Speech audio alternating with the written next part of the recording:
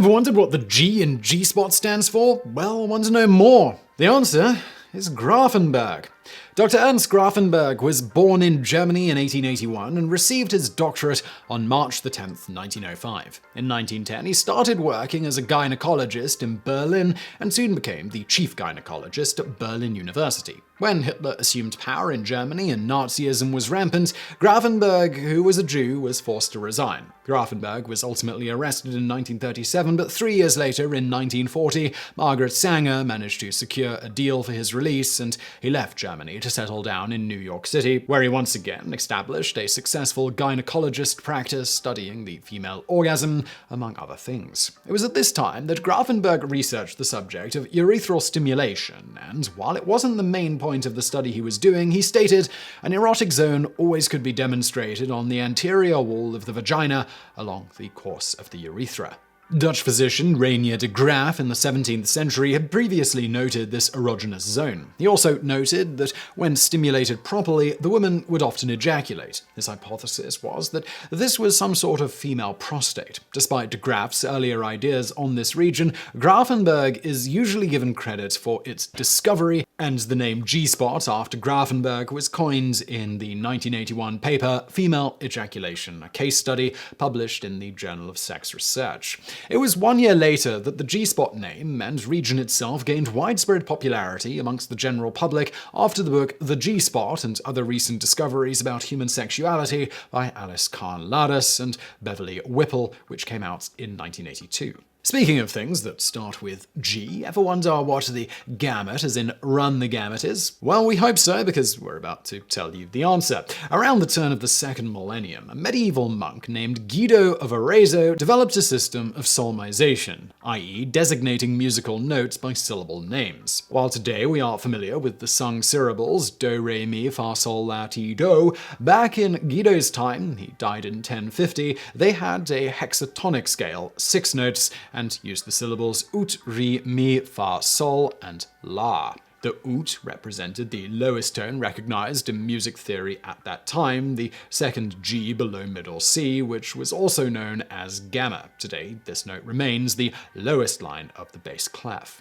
Guido chose ut from the hymn Ut Quinate Laxis Resonare, sung in honor of St. John the Baptist, and attributed to Paulus Diaconus from 720 to 799 AD. By contracting together the name of the note with its sung syllable, Guido coined the word gamut, which he used to identify his system of solmization. Building on this denotion, gamut eventually came to mean the whole musical scale in the 1620s and a range of notes of a voice or instrument by the 1630s. It is to this time and these meanings that the denotion of an entire range is attributed, although it isn't clear when the exact expression run the gamut first appeared. Next up, often used to accuse someone of exceeding his allotted level of funk, PU as in something smelly, is surprisingly not an acronym, but rather likely was derived simply from the pronunciation of its parent word. Dating back to the early 17th century, a common exclamation of contempt for a foul odor was PU, spelt like this. As English had yet to become standardized, this word was also written as pew, pew, pew, and pew. Obviously doesn't work so well vocally, but there we go. Although each variant was correctly pronounced pew, often in practice and particularly to express outrage, both syllables were stretched out with the pronunciation pu, which over the years has been changed into pu. As for where the 17th century versions came from, this is anybody's guess, with some linguists postulating that perhaps it came from the Latin putio, meaning stink, rotten, or putrid. Incidentally, the word poop comes from the onomatopoeia pupen or poppen, which originally meant fart. Poop came into its current meaning around the early 20th century. Speaking of being smelly, the French, and the expression, pardon my French. Since the Norman conquest in 1066, the French have alternately pissed off and looked down upon the obviously vastly superior British. By 1337, when the two countries began the 100 Years' War, English opinion of French soldiers, as expressed by Shakespeare's King Henry V, was pretty low. I thought upon one pair of English legs did march 3 Frenchmen. Centuries later, hatred of the French by English speakers boiled over into the colonies. During the French and Indian, or 7 Years' War, 1756 to 1763, according to James Fenimore Cooper's Last of the Mohicans, the British commander General Webb said of the French, "Kindly inform Major Hayward that he has little to fear from this General Marquis de Montcalm, because the French haven't the nature for war. Their Gaelic laziness combines with their Latinate voluptuousness, with the result that they would rather eat and make love with their faces than fight."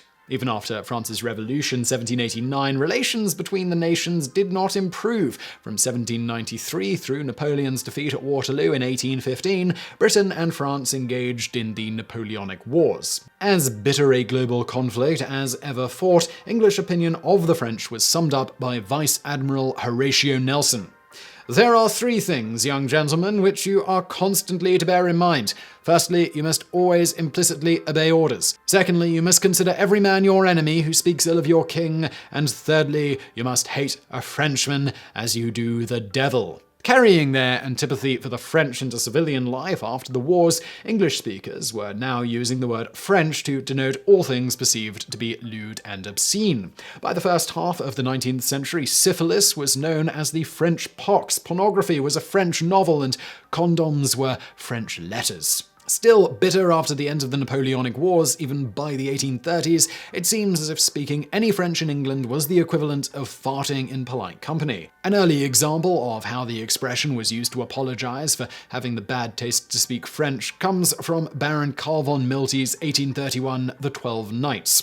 "Bless me, how fat you are grown. You will soon be as embonpoint, excuse my French, as your dear father." The deprecatory use of the word French was adapted, and in addition to identifying something as pornographic or profane, it also became an apology for using obscene language. The earliest example of this usage we could find is in Henry Sedley's 1865 work Marian Rook, or The Quest for Fortune, A Tale of the Younger World. "Dreadful good brandy, oh yawn, ha ha ha, my respects, excuse my French." Using the phrase to smooth the rough edges of inappropriate profanity became ever more popular, and by 1940 the Society of Pure English specifically listed "forgive my strong language" as one meaning of the expression "excuse my French." Moving on from there, a question that pops up just about every etymology video we do is who coined the phrase to coin a phrase, so we thought we'd at least briefly address it, even though, funnily enough, nobody knows who coined the phrase to coin a phrase. The verb to coin first came about when referring to the actual process of making money. Around the 14th century, the noun coin actually meant wedge and referred to the wedge-shaped dies that were used to stamp the discs that were then coined and made into official currency. From there, the verb to coin started to refer to anything that was made into something new. By the 16th century, coining new words became quite popular, though it wasn't always considered a positive, innovative thing, as humans as ever hate change, especially when young whippersnappers and language are involved. For example, in 1589, George Puttenham wrote in The Art of English Poesy, "Young scholars, not half well studied, will seem to coin fine words out of the Latin." Arguably the greatest of all scourges to grammar Nazis the world over was Shakespeare, who ultimately came up with or helped popularize many different words and phrases that are still in use today. He didn't coin the phrase to coin a phrase, but he did use coin words in 1607 in his play Coriolanus, "So shall my lungs coin words till their decay." Of course, up until this point, we've been talking about coining words rather than phrases. To coin a phrase popped up quite late in the game, at least the first known documented instance of it. The earliest published instance of coin a phrase appears in the Southport American, a newspaper in Wisconsin, in 1848. It reads, "Had we to find a name which should at once convey the enthusiasm of our feelings towards her, we would coin a phrase combining the extreme of admiration and horror, and term her the Angel of Assassination." So I really hope you found that video interesting. If you did, please do hit that thumbs up button below. Also, why not check out another channel I do called Geographics? It's about geography, obviously. I'm going to link to that below. And thank you for watching.